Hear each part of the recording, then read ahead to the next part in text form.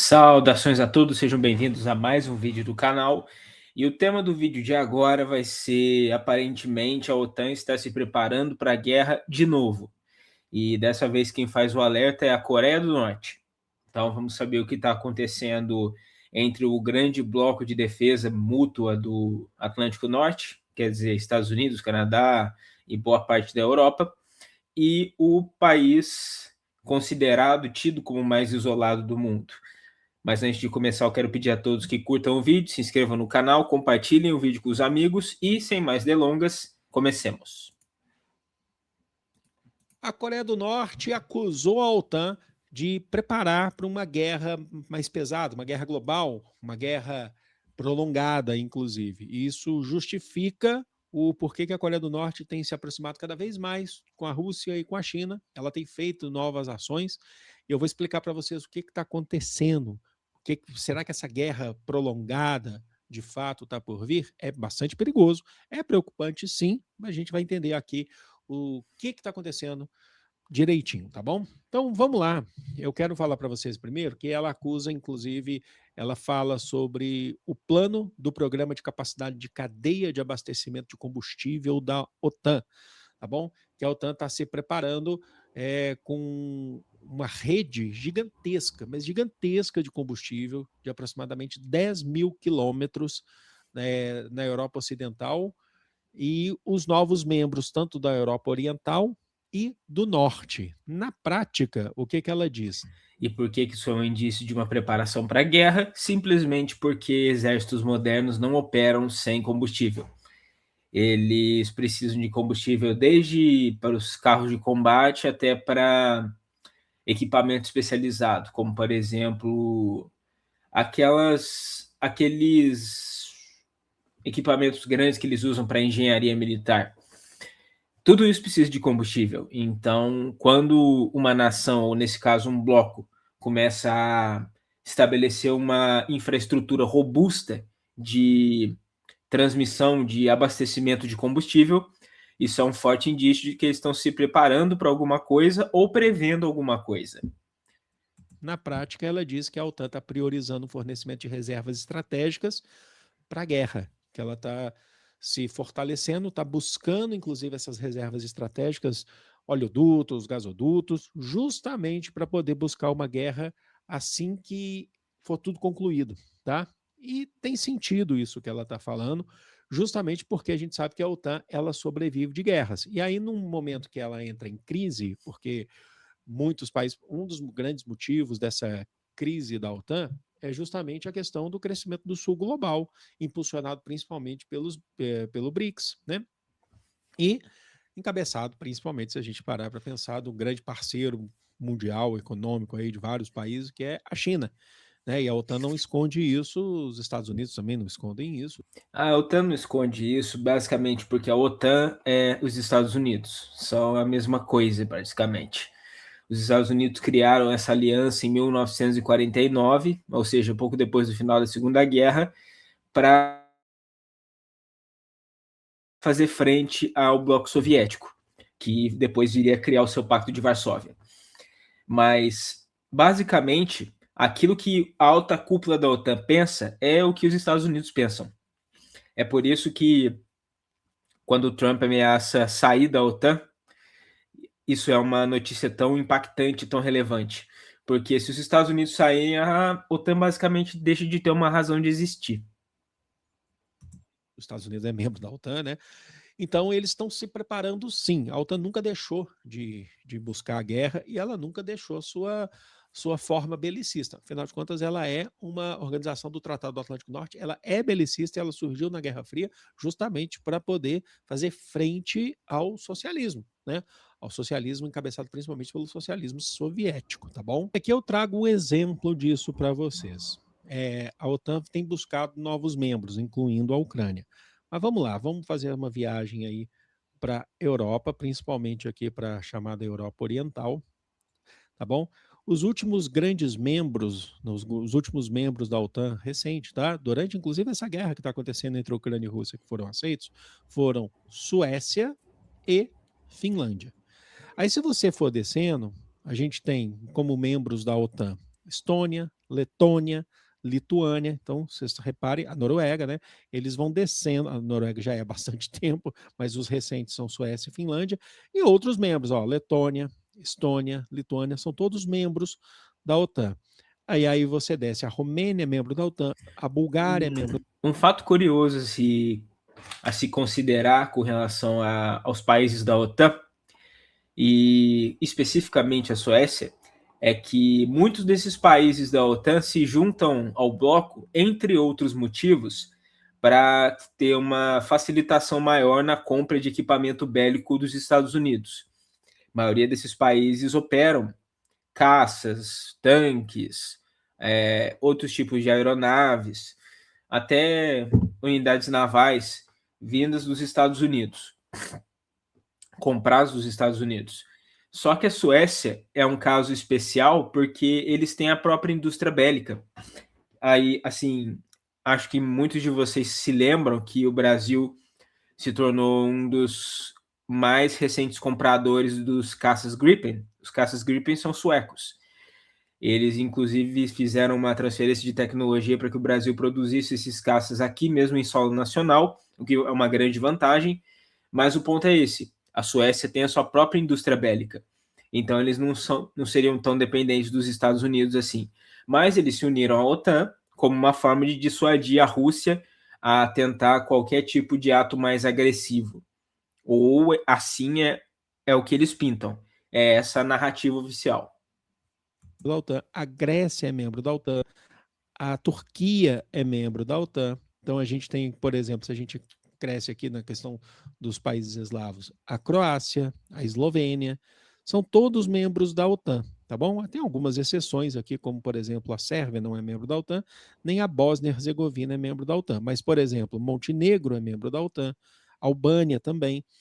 Esse corredor, vocês podem reparar que a gente tem aqui um grande corredor, certo? Também tem a Polônia aqui. Esse corredor aqui, ó, é chamado de flanco oriental, tá? Um corredor é um flanco oriental da OTAN. Então eles vão pegar desde chegando aqui na Noruega, Suécia, Finlândia, Estônia, Letônia, Lituânia, Polônia, a Hungria, certo? A Romênia, chega lá embaixo na Bulgária e a Turquia. O que falta, né? Qual que tem sido aí o grande problema para a OTAN? A Ucrânia, que até agora não é membro da OTAN, certo? Que eles estão tentando. A Ucrânia, ela é doce, né? A tentativa a tentativa não, a sua entrada da OTAN. Ela é doce, ela é dócil.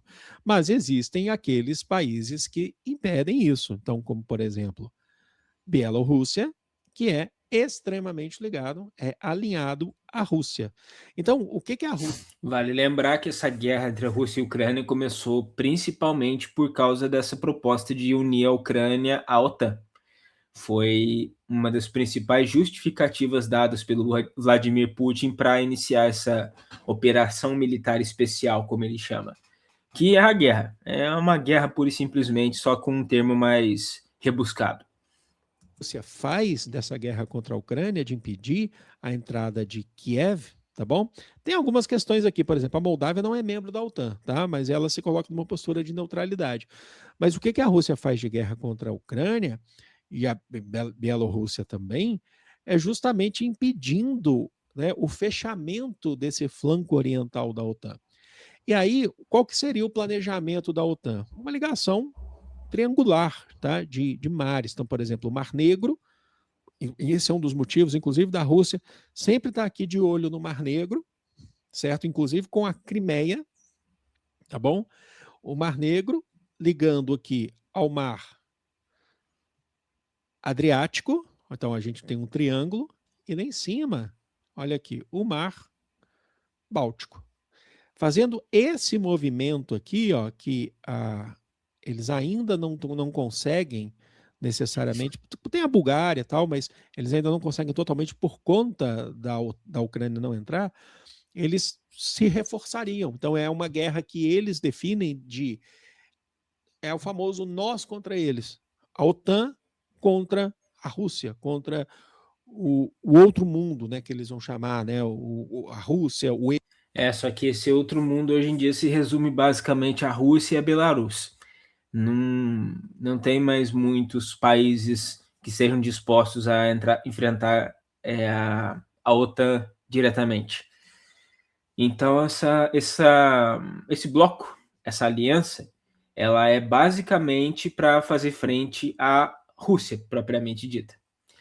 Eles não têm mais muitos competidores na área, porque os países do Cáucaso não estão dispostos a peitar a OTAN. Eles até, se não me engano, já houve um convite para que eles se juntassem ao bloco. Os países da Ásia Central também não.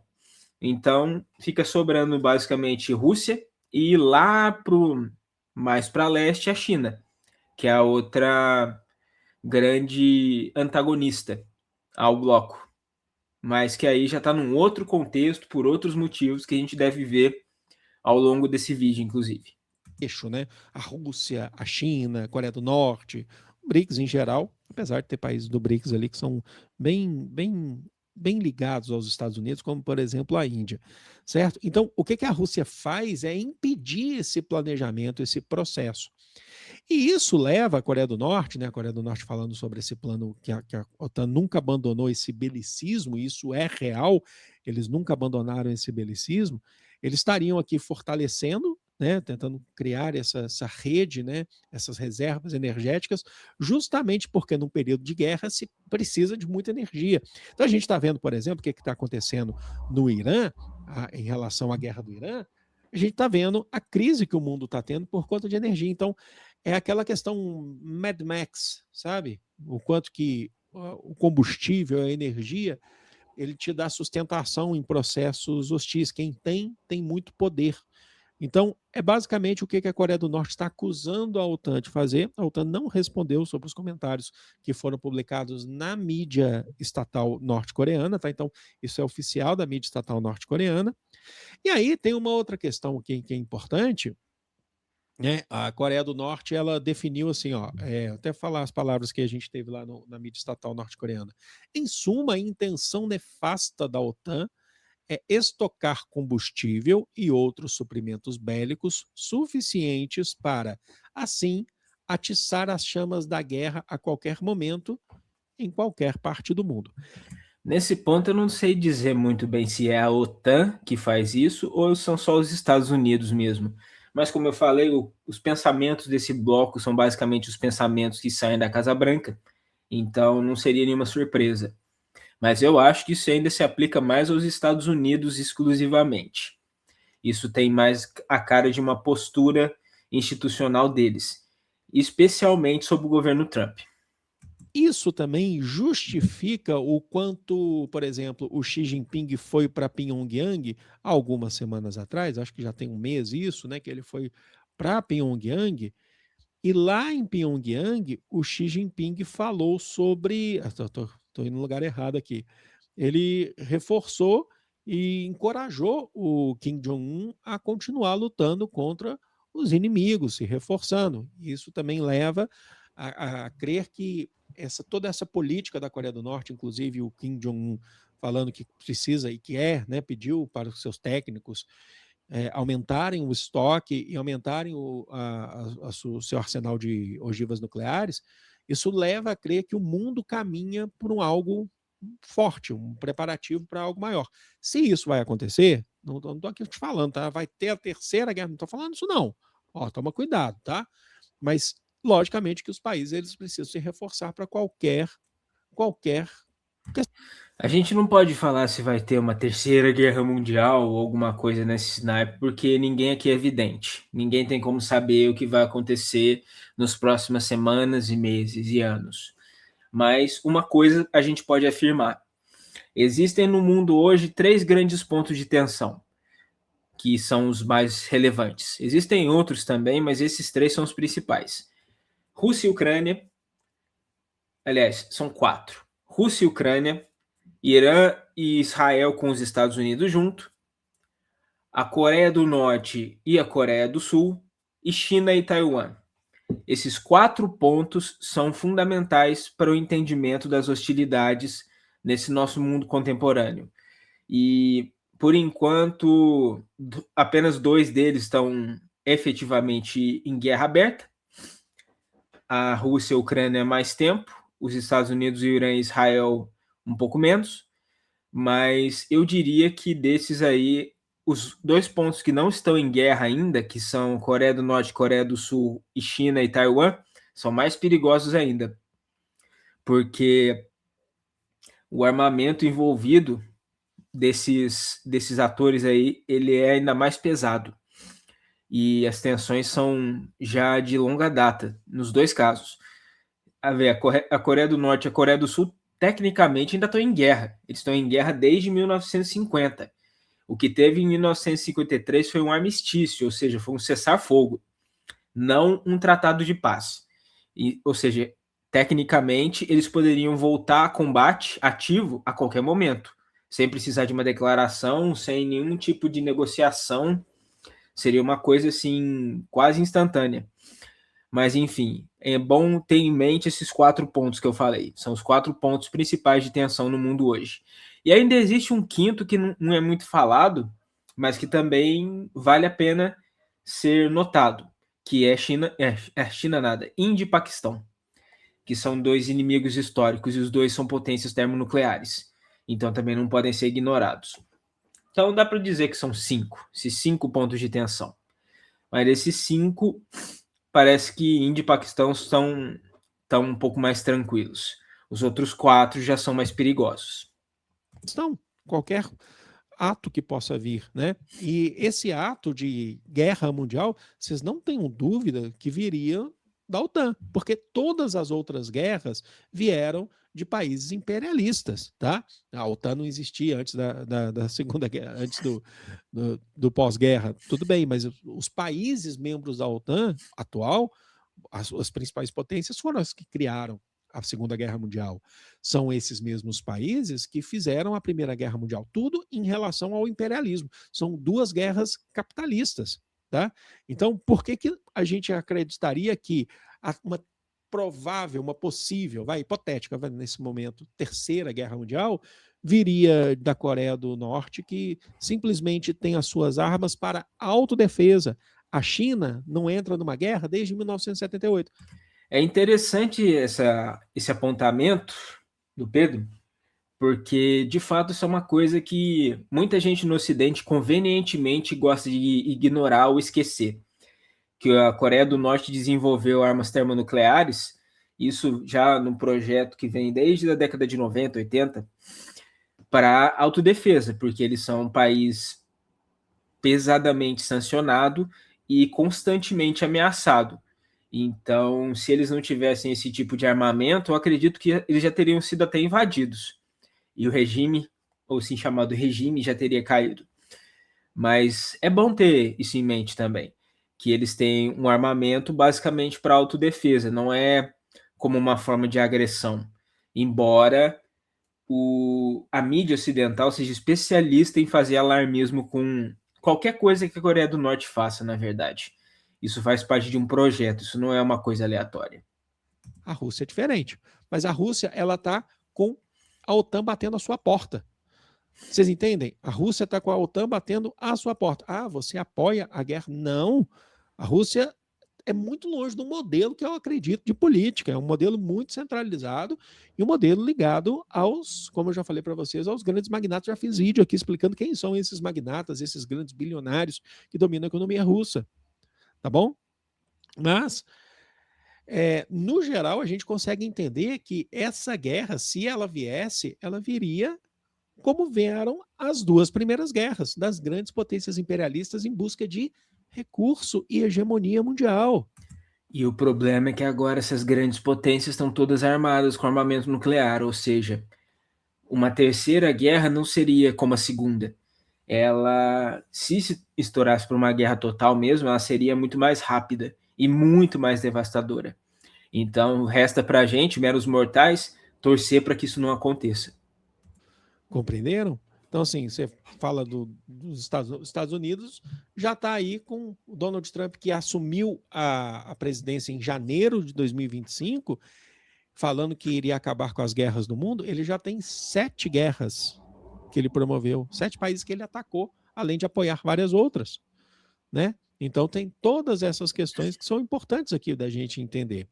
E aí também tem uma reportagem, agora essa é do The Guardian, que fala sobre o corredor, uma rodovia, uma rodovia da Coreia do Norte e da Rússia, que vai ser uma grande rodovia que já está quase concluída. A parte da Coreia do Norte ela já está concluída. É uma rodovia que liga essa região aqui, ó, que é o rio Tumen, que é justamente esse rio aqui, ó, que vocês estão vendo isso aqui é um rio, ó, um rio que faz a fronteira entre Coreia do Norte e Rússia. Então a gente tem aqui uma ponte, deixa eu ver se eu consigo achar ela aqui, uma ponte conectando os dois países, acho que está para, deixa eu ver aqui, ó, conectando os dois países.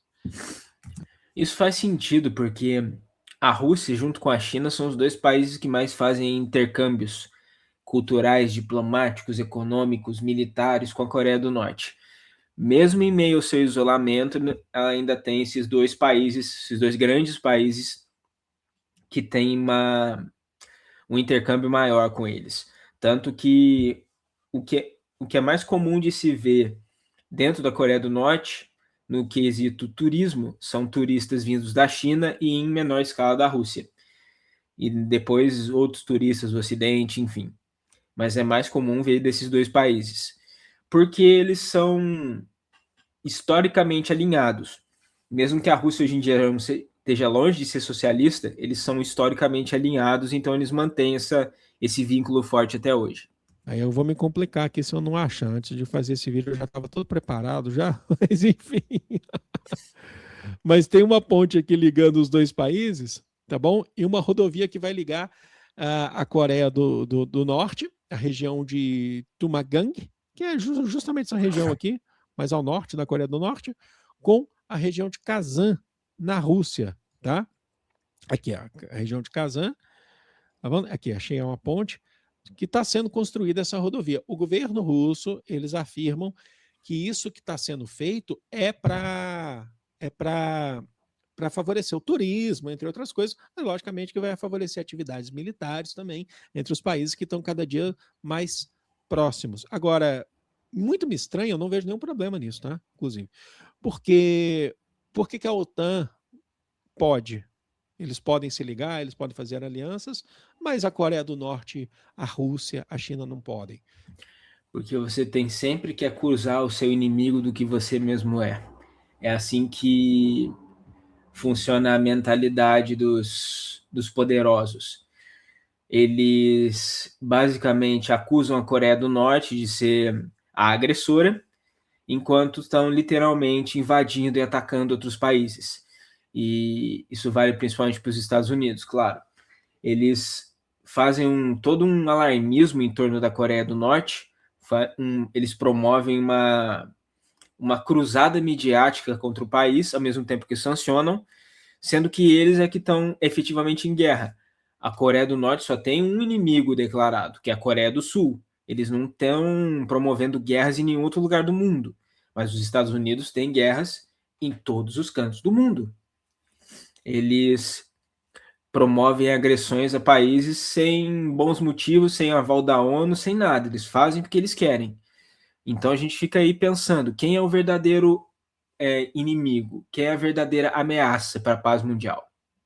Então é uma questão de hipocrisia nesse momento, né? Mas eu queria saber de vocês. Vocês acham que a gente está próximo de uma guerra maior, né? Eu não estou falando que ela... E colocando aqui a minha opinião, eu não acho que a gente esteja perto de uma guerra maior, até porque as guerras que estão acontecendo, elas já estão exaurindo bastante os países envolvidos. Então, eu não acredito que vá haver uma movimentação num terceiro ponto. Eu acho que Rússia e Ucrânia e Estados Unidos e Israel contra o Irã já são guerra suficiente por enquanto. Mas eu quero saber de vocês também o que vocês pensam. Escreva aqui embaixo nos comentários. Também não se esqueçam de curtir, compartilhar e se inscrever no canal. Eu agradeço a todos por assistirem e verei a todos novamente no próximo vídeo. Um abraço e valeu!